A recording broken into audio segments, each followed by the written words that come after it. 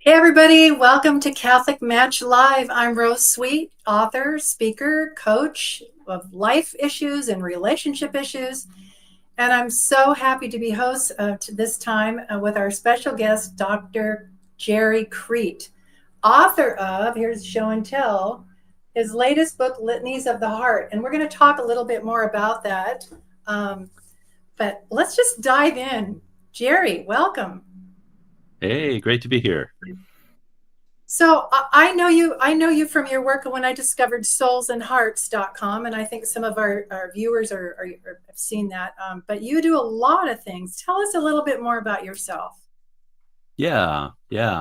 I co-founded Souls and Hearts with Dr. Peter Malinowski, and so we have that apostolate, which is really about bringing a Catholic view to internal family systems. But I also have my own practice, Transfiguration Counseling and Coaching, and we have actually 10 therapists and several coaches, and we're providing Catholic therapy and Catholic coaching through I was about to say a Catholic lens, but I guess I already said that. Yeah, and then of course writing this book, and we also have a online community called Transfiguration Life, and that's really kind of emerged just in the last few months. And we have book studies going on there related to litanies of the heart, and I'm starting a series of trainings on how to do parts work accompaniment. So I'm training counselors and coaches and spiritual. Nice. Yeah, so keeping really busy. That's wonderful. Boy, we sure do need you, especially the people here who are in Catholic Match are looking for healthy, holy, good, integrated relationships, and they come with their own issues. The people they are potentially dating have issues, and what do we do with all that? And we need to look to people like you to help navigate these things. I just love parts work, and we've talked about this before. Internal family systems. It's been around for a few decades, but you guys, and you're one of them. They're very instrumental in infusing our Catholic views into that beautiful model. So it's not just pop psychology. Right. I would even argue that internal family systems goes back further, or parts work goes back further than internal family systems. And I've been trained in ego state therapy, and I did in the book, I kind of deep dive into the history of it in the psychological world. Then I also want to show how this is true in the biblical narrative. It's we find parts and we find this core inmost self in St. Paul's writings, St. James writings, and also in all sorts of saints and monastics and mystics of the church. Yes. No, I love this because, in your book, you talk about St. Paul, and I think about this all the time. St. Paul is like going, I do the things I don't want to do, and I don't do the things I want to do. And there is an example of two little parts of him that are in conflict. Exactly. The fact that we have internal conflicts means we have parts in a sense, even if I would say more than two, but at least two, just even from that perspective. And that's something people sometimes have a hard time understanding at first, is this idea of multiplicity, or this idea that you have multiple kind of parts or aspects of yourself deep within. They're not separate beings. They're still you, Right, right? right. They don't have some kind of existence outside of you. They're different parts, and they kind of develop slightly differently within you, but they're really resources. Our parts, we're designed to have different parts to help us to function really well. They have almost like they have little jobs, or they have roles that they take on that serve us well. That's what they're meant to be. Well, and I love that you just said that because we read about the body of Christ, and we just had this reading at Mass recently. To each is given a specific gift, and there's parts in the body of Christ, and they're all there to help each other. So we have this little internal body as well. Exactly. It's Right, beautifully matched. It's beautifully right, matched. right. Even one of my favorite saints that a lot of people don't know about, but Saint Maximus the Confessor back in the 7th century, he talked about how Christ was transforming and transfiguring the entire world with the kingdom of God. And so he kind of creates this model. But then we also know and he even mentions it, that the kingdom is also within. So this kingdom, this beautiful kingdom, like this complex body of Christ that exists, that is growing through the church in the world, is also growing within us. So anyway, those kind of things blow my mind a little bit. I get a little metaphysical. No, me too. Okay, so let's bring it down to the practical level and that means that I pull up somebody on the CatholicMatch dating site, and part of me goes, oh, yes, yes. But then another part is going, no, no, no, look what it says there. No, no, no, can't do that. So even when we're looking at somebody's profile on CatholicMatch, we can be conflicted. Do I call him or her? Do I like this person? And we need to be aware of those things, right? Yeah, I mean, that does bring it right down, right? There might be a few steps I need to get to recognize like how to handle that, but I think that a basic principle would be to pause and listen to those different parts. It doesn't mean just because one part has an objection doesn't mean that gets to sway the whole decision. But it is so important to pause and listen to each of your parts and to understand what their concern is.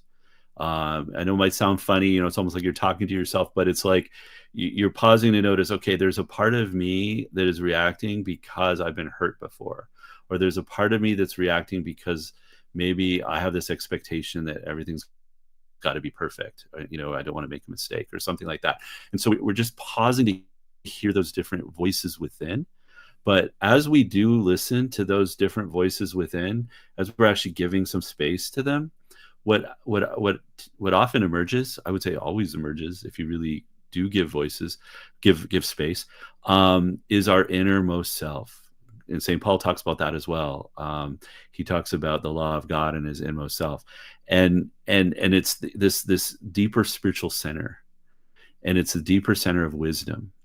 And I think once we can listen and make space for our parts, if we were trying to make a decision, do I meet with this person or talk to this person? We can listen to all our parts, but let that, our spiritual center, our created in God's image, most represents the Imago Dei, and give that ends up being what makes the final decision, is that core self. Right. That's the one who should be driving the bus. And I know, coming from a large family, and I remember you could come into a room and there would be loud din of all the kids' voices over one another, and it was chaos.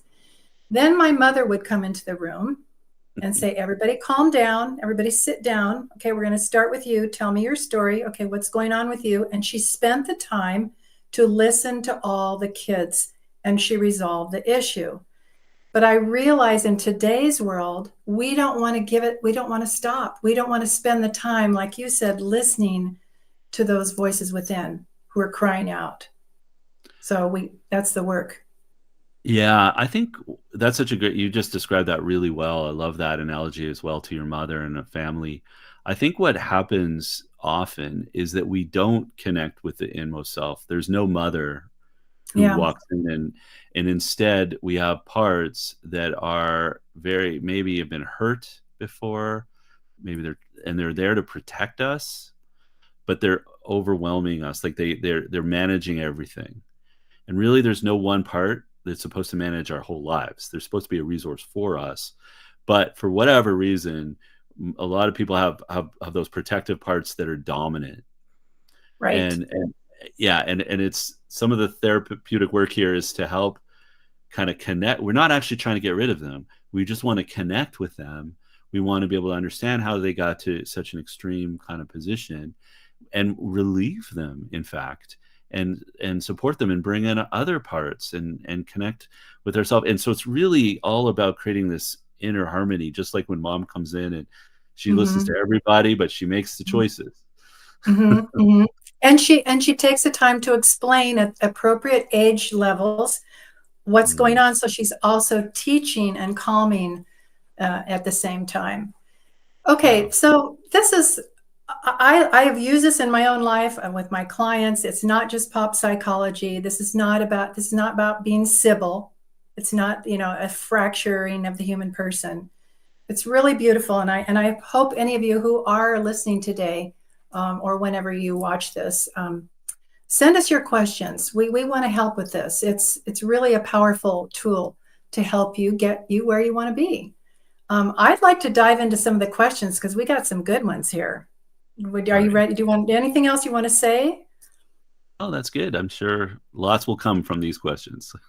Okay, good. So I'll just read the question and then you can give me your thoughts. This is from Antonia. She's 43 years old. And the question is it possible for someone to completely get over a traumatic experience that lingers? For example, even if I've moved on and I'm settled in life, sometimes I still remember that my ex ran off with another woman when my kids were very young, years back, and never returned to handle any of his responsibilities. I still feel cheated and hurt. What would you say? Yeah. Yeah. Well, to the first part, I mean, I have tremendous hope and belief in not only getting over a trauma, but actually growing from it and actually thriving in new ways despite it. I really do believe that. I mean, in the world of psychology, they have a term that's been coined, post-traumatic growth, and I think it fits well with our faith that we don't really understand why we suffer, right? I mean, we all experience suffering in this life. Christ came and suffered with us, and he suffered on the cross. But something can happen through that suffering with God's grace that transforms it. So, just on the front end, I would just lead with that. But to back it up just a little bit for this person, because she's saying that it's still lingering, right? So I would do a couple of things. One is I would pause, and notice when a memory shows up or when something happens that is triggering this loss that you had. Where do you notice that in your physical body? I would start there and just be like, okay, where is that pull? Is that a tightness in your chest, a tension? Is it a feeling in your gut? Is it a clench in your shoulders? I would just really pause and notice what's going on in your physical body, because that's where we're holding so much of our trauma, first of all, as well as in our psyche, right?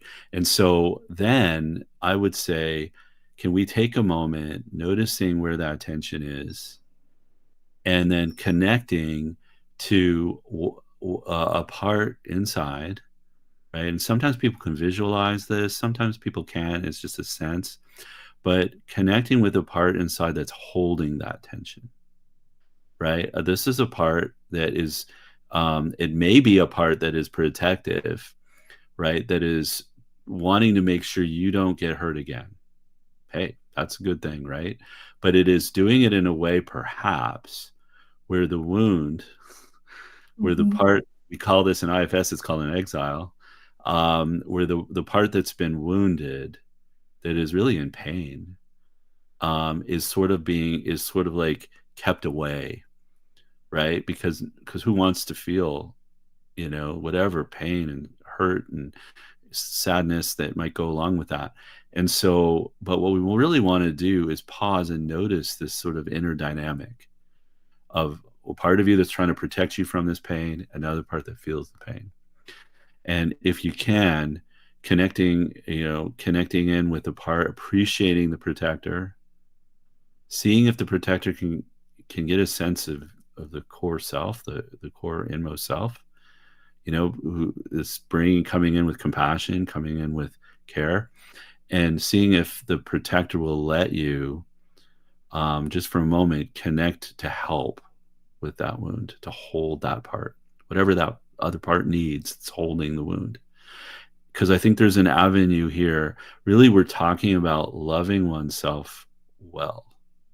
And that means connecting with our wounded parts, but we're not going to do we just plow through the protectors. The protectors are there. Like, they may not always seem nice, right? Like, the protectors might be guards, you know, they might be like, I'm going to close off my emotion because I've been hurt, or I'm going to work like crazy just to nobody can get through, whatever that protect, you know, some people it's alcoholism, or some people it's busyness at work or something. Sometimes it's irritation or something, or even in some people it's like super niceness.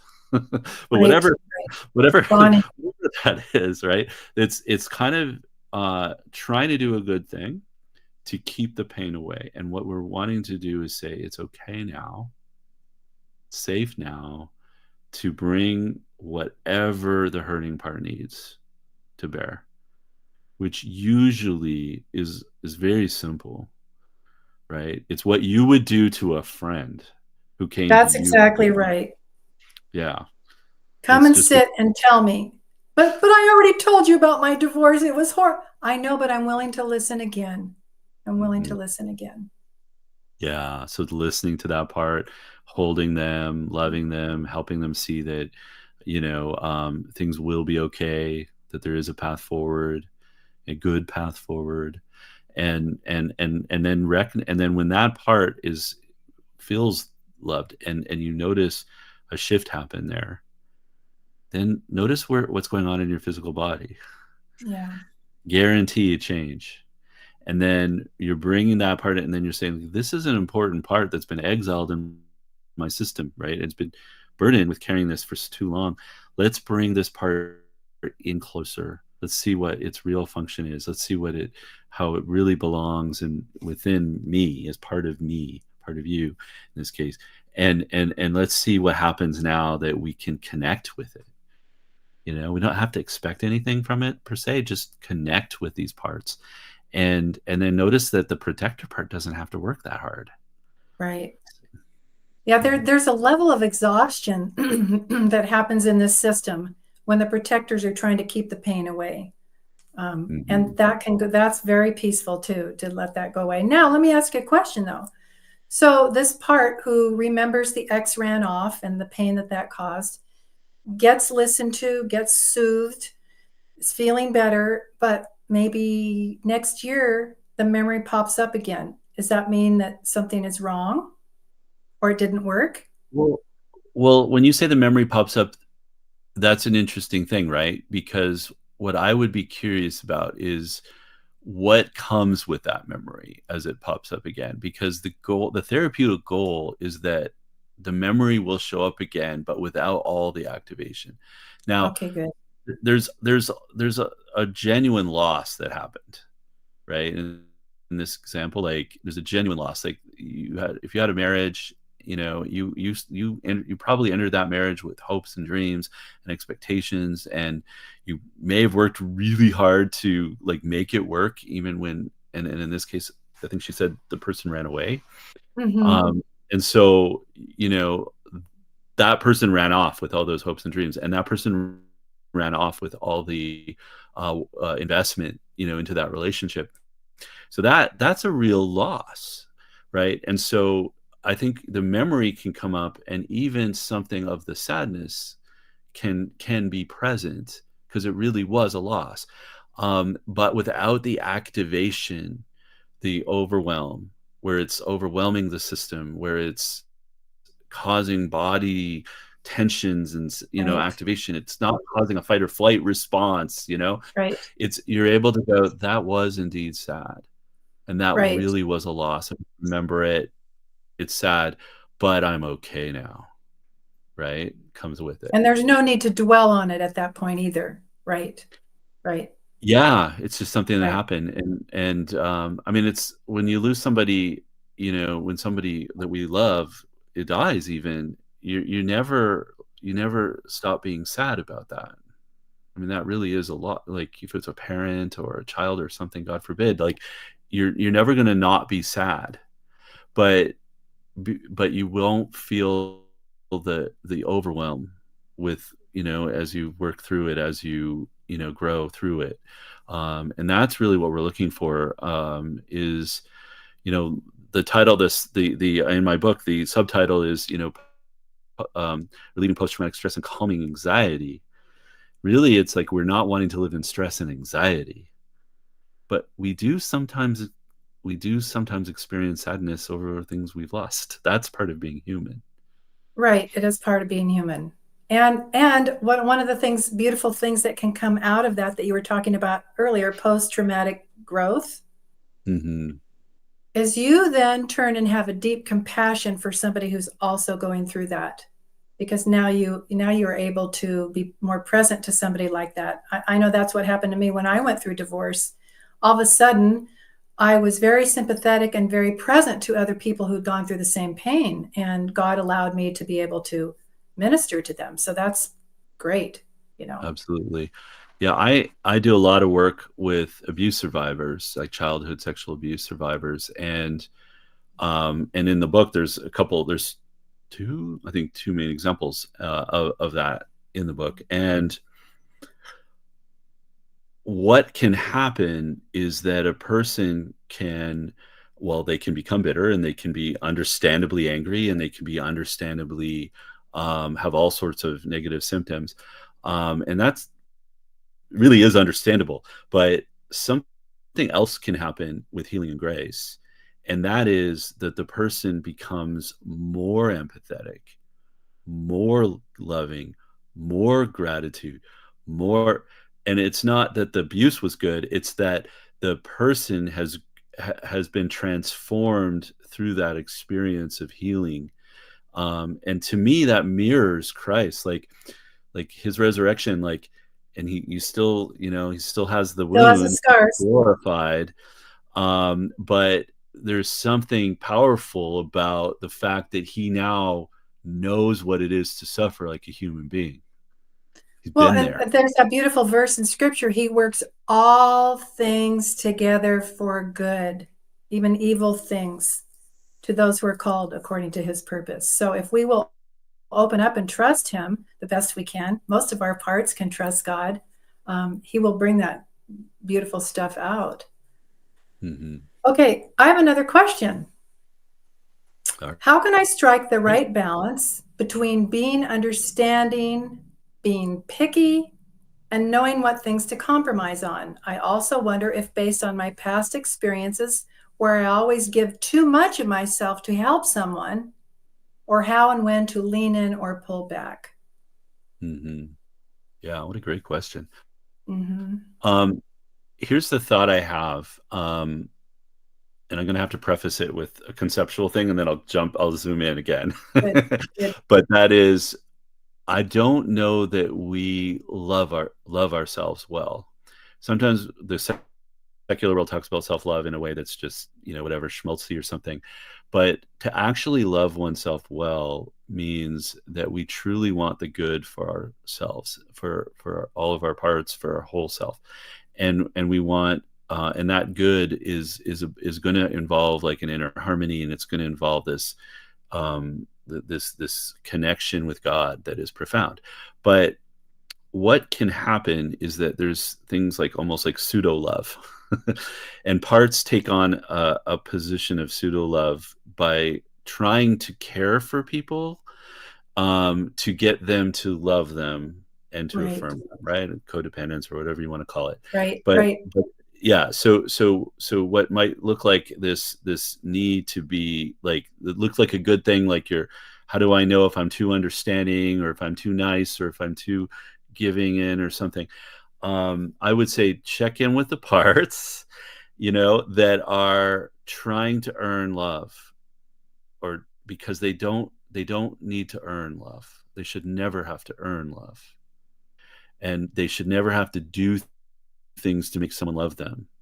And but this is a hard lesson, very hard lesson for our parts to learn, that uh, to really truly love ourselves means that we're really attending to those parts and affirming those parts as beloved children of God, right? Like we are a beloved child of God, and we're really loving that.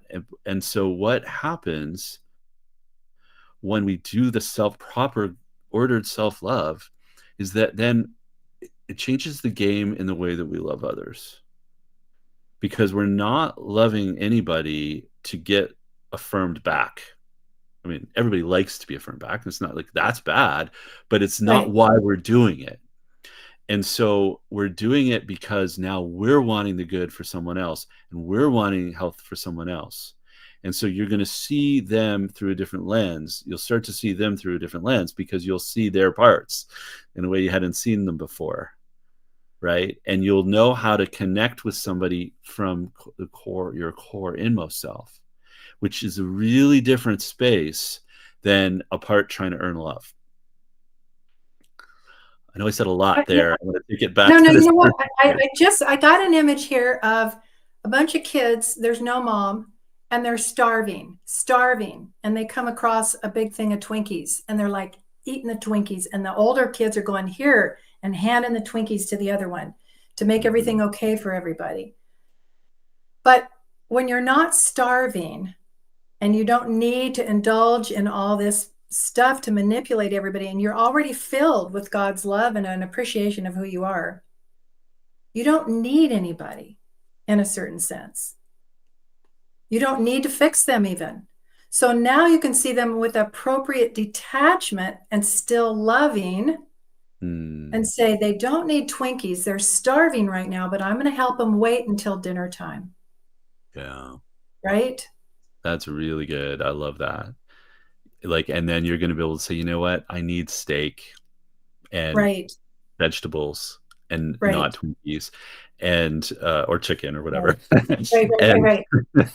and Right. and I'm going to and I'm not going to demand it, but I'm going to expect it.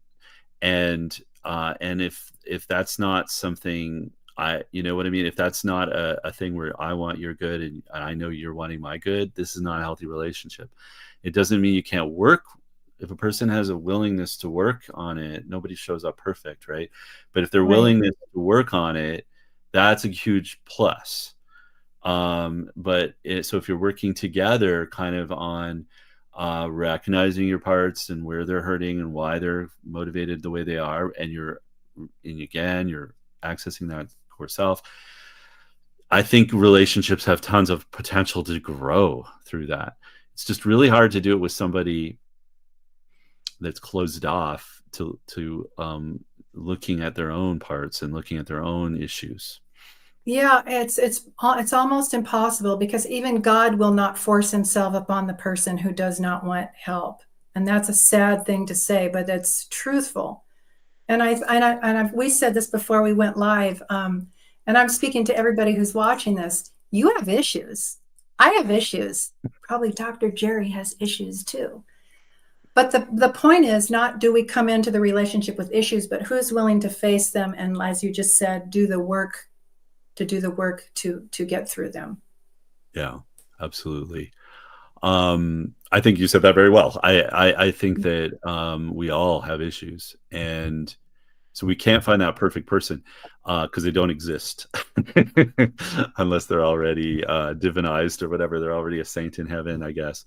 But I do think a readiness to change, a willingness to change on both parts is key. So if I'm distilling it a Yeah. little bit, I would say, is the other person, and am I Right. willing and ready to change? And do I approach life with a sense of reverence? Do I approach life with a sense of curiosity and interest? Like I'm going to approach another person with curiosity and like they're a beautiful creation of God. Now, if they're not willing to change, they're not willing to work on their own things, they're not willing to communicate, they're not showing any reverence back to me, genuine curiosity and interest, then I'm gonna move on. Right. You can still, and here's the thing we forget, I can still love that person. I don't have to be in a relationship with them. I can still love them. I don't have to even be friends with them because I find myself getting pulled in or exhausted or whatever. And then there's that when that appropriate self-love comes in, I'm not going to go for the Twinkies. I like the steak thing. Of course, it'd be Yeah. a porterhouse for me. Oh, okay. A ribeye for me. Okay, Bone in, even better. here's another question. I always knew my marriage was more sacrificial versus what it should have been sacramental. After reading Dr. Henry Cloud and Townsend, who are very well known on boundaries, as you know, I realized I needed to heal from the neglect and passive aggressiveness I lived with for 43 years. My husband passed away recently, and suddenly, okay, let me keep reading this. I am left with resentment for how distant and private he was to me while keeping just near enough for his emotional needs, but not giving me or our children what they needed. He lived his life at work with full friendships, but not at home. He traveled Monday through Friday and was emotionally unavailable when he was with me. How can I heal? Yeah. It's funny. I don't really get into it in my book, but I kind of almost wish I had, or maybe it would come into the next one. But Good. it really is the difficult issue of forgiveness. And I feel like if I was to add a chapter, I would add a chapter focused on forgiveness. Because first of all, there's a liberation in forgiveness for the person who forgives. It isn't excusing, in this case, like all the things that this husband who passed away, like all that he did or failed to do. It's not excusing any of it, but there is a liberation in forgiving him. And you can't forgive too, like, you don't want to forgive too soon in a certain respect, right? You do have to process your emotions that go with this loss, but it really is for you to let go of resentment, because he's not, wherever he is now, he's not resenting anything, right? So you're holding on to that, and that is something, it's understandable by all means. I get it, but it isn't something you deserve to carry. It's a burden, and there's a part of you that's carrying this burden of resentment, and that part of you is totally justified, but it's not good for you. So Well, maybe well, it's well not. Oh, go ahead. but that's fine, Dr. Jerry. But I can't forgive him. I can't Hmm. forgive him. You know what? We Right. just there. That's a part who is, or maybe a protective part even. Yeah. So the You got to question, talk to them what a great, yeah, thank you for putting it that way too, is, so I would be asking that part, or through the person, what are you most afraid of will happen if you forgive him? because then he'll get away with everything. And I worked really hard and I did everything I was supposed to in the marriage, and he didn't. And he's going to get away with it. Nobody's going to know how bad he hurt me. Hmm. Do you know that he's gotten away with that right now? He's gone, right? Yes. Yeah. Yeah. Yes. No, he's gone now. Nobody's ever going to really know. I have to tell everybody. Well, I think it's a truth that you had to carry this alone.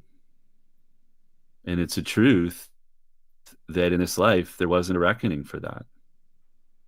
And you deserved better than that. I did. I did. Thank you for saying that. I did. Yeah. I'm Yeah. already, I'm so, I'm already starting to calm down because my core self, my inner self, is taking the time to listen to me and affirm the truth of the situation. Yeah. We kind of talk about it like allying with the part. Like, the part's not wrong.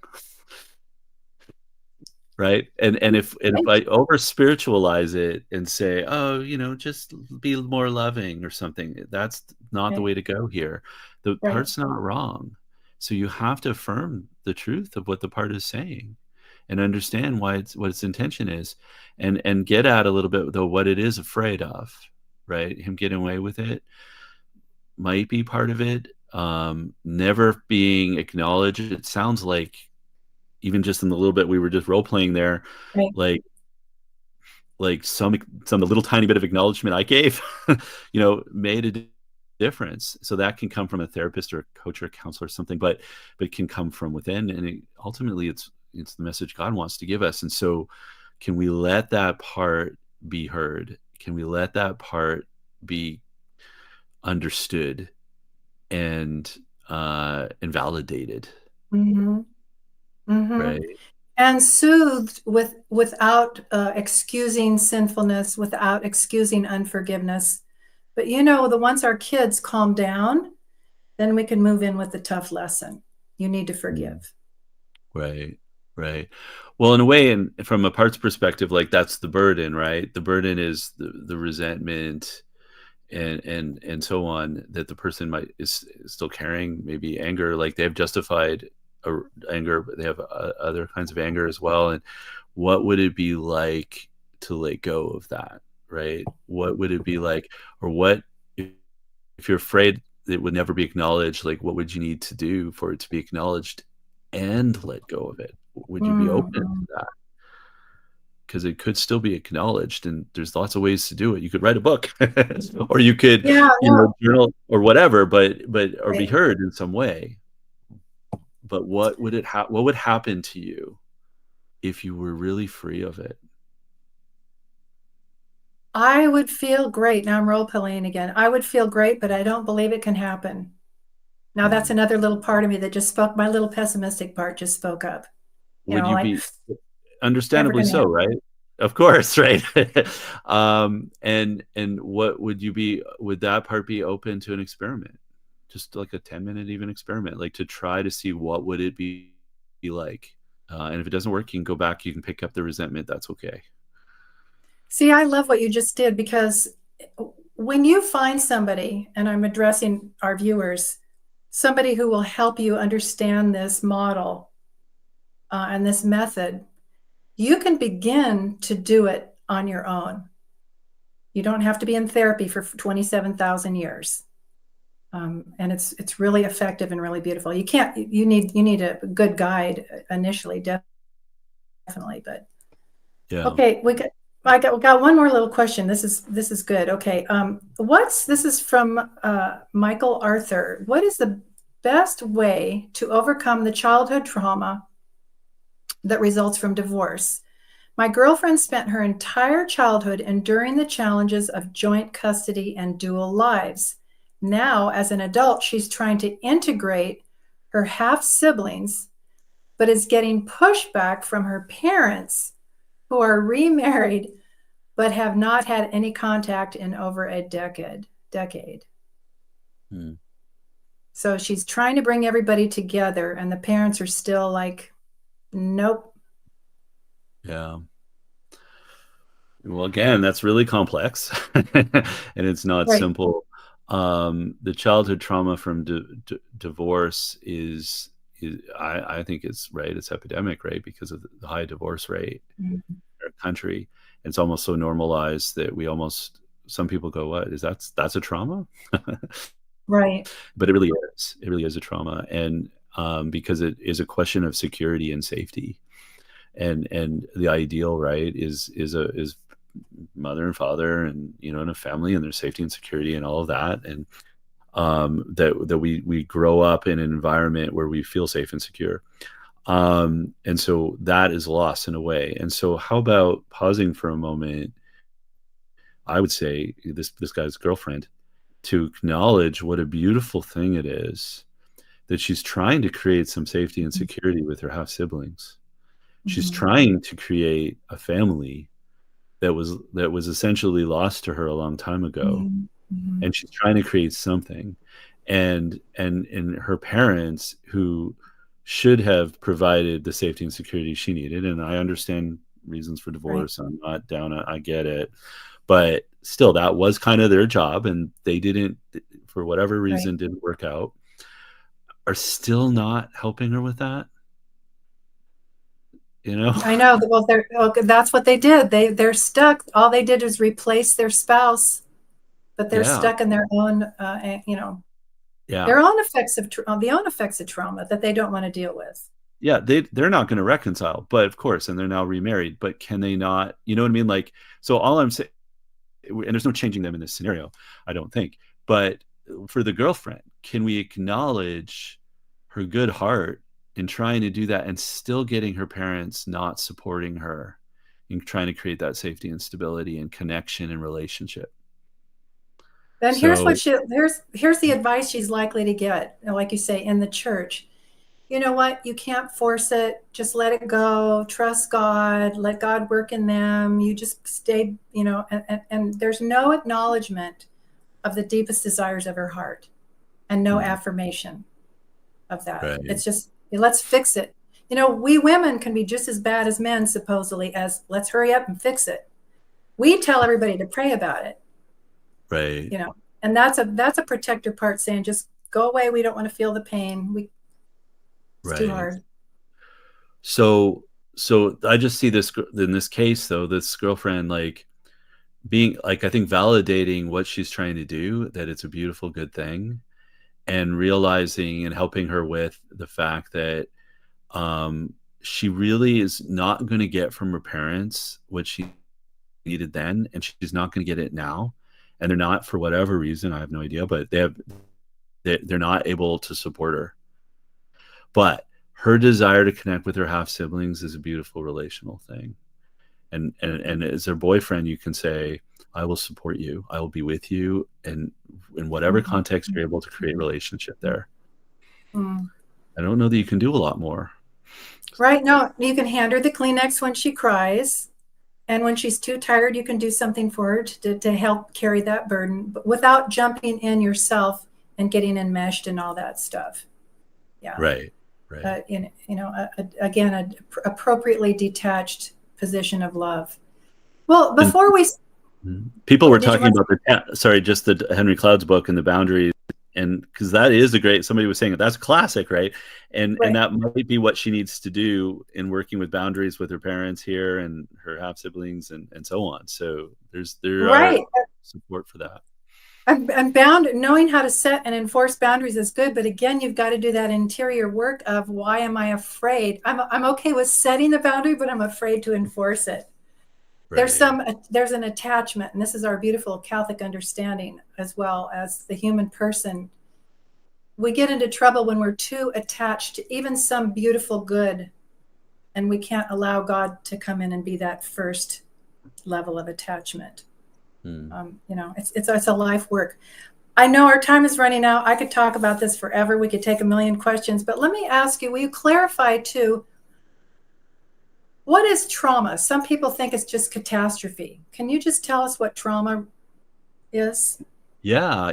The first chapter of my book is called Original Trauma. So I'm making the case that trauma is ubiquitous, which means it's everywhere. We all experience it. We can't escape it. It's a consequence of original sin. And so what trauma is a physiological and psychological response to something that is overwhelming, or some kind of great loss, or something that challenges a person's sense of safety and security in the world or in relationships that are needed. And so that's why a lot of traumas are especially impactful in childhood, because when you're a child, you're needing safety and security as you're growing and developing. And when that is compromised in some way, be it a divorce, it could be something wartime things, of course, but it could be a small thing, not small, it's not small, but not certainly to the child, but it could be something like bullying, or it could be something like, Right. a loss, like, a loss that of someone you cared about, not always death, it could be some other kind of loss, and that the child isn't really equipped to handle, or nobody's supporting them to handle. And so trauma is anything that challenges a person's sense of self ultimately. Oh, there's so much there. Okay, so I'm going to show this one more time. This is your Litanies of the Heart is your book. And it's, everybody just get this and read this. It'll be wonderful. And where can people get a hold of you after Yeah. this? Well, I invite anyone that's interested to join us at Transfiguration Life, which is an free online community. But within that, we do have book studies and different things going on. I would invite anybody to check out Souls and Hearts. We have online communities there, Resilient Catholic Community. If you're wanting to really understand parts and do growth, this human formation, this growth within. If you're looking for counseling or coaching, transfigurationcounseling.com is my website. And of course, the book, you can get it on Amazon and all those places, but Sophia Institute Press site is the best place to get it. I'm so pleased that you agreed to be on this with us. I'm so grateful. And I'm going to ask everybody who is watching this to please say a special prayer for Dr. Gerry and companions for the good and powerful and necessary work that they're doing for the church and for the culture. We love you, we appreciate you, and we will pray for you. So thank you. And thank you, everybody, for your interest and your good questions. And we are always praying for you. CatholicMatch and I will see you next time.